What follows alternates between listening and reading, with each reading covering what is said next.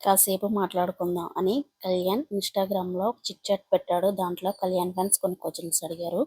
అవేంటంటే, మీకు ఈశ్వర్ గాడు చేసిన దానికి తనుజ మీద కోపం వచ్చిందా అని అడిగితే, ఆ కామెంట్‌కి తనుజకి ఎలాంటి సంబంధం లేదు.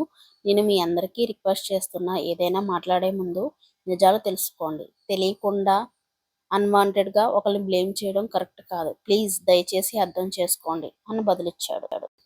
ట్రూత్ ఆర్ డేర్ అని అడిగితే, డేర్‌గా ట్రూత్ చెప్పేద్దాం. డేర్‌గా చెప్తాను అంటే ఒక క్వశ్చన్ పీఆర్ కోసం చెప్పవా అంటే ఒక చిన్న స్క్రీన్ షాట్ పెట్టాడు కళ్యాణ్. ఆ స్క్రీన్ షాట్‌లో ఏముంది అంటే, ఈశ్వర్ నారాయణ అనే నేను కళ్యాణ్ పట్ల దుర్భాష వ్యాఖ్యలకు నేను హృదయపూర్వకంగా క్షమాపణలు కోరుతున్నాను. నా మాటలు ఆయనను, ఆయన కుటుంబం మరియు స్నేహితులకు, ఫ్యాన్స్‌కు బాధను కలిగించినందుకు నేను చాలా ఫీల్ అవుతున్నా. ఈ అనవసరమైన సమస్య తనూజ గారికి అంతరాయం కలిగించిందని, ఆమె ఫ్యాన్స్‌కి బాధ కలిగిందని నేను అంగీకరిస్తున్నాను. ఈ పరిస్థితి అంతా కేవలం నా వల్లే జరిగింది.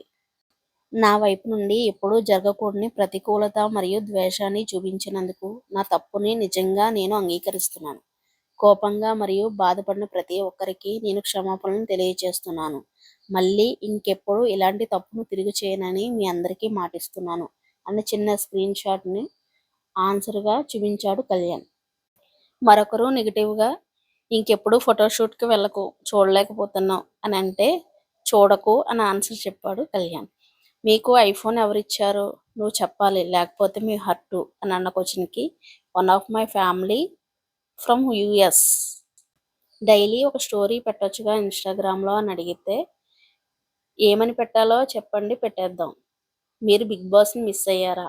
చాలా భయ్యా అని ఆన్సర్ చెప్తాడు. కళ్యాణ్ ఈ విధంగా తన ఇన్‌స్టాగ్రామ్‌లో ఆడియన్స్‌తో క్వెషన్స్‌కి ఆన్సర్ చెప్పాడు. ఈ వీడియోపై మీ అభిప్రాయాన్ని కామెంట్ చేయండి. వీడియో కనుక మీకు నచ్చితే please like, share and subscribe. Thank you.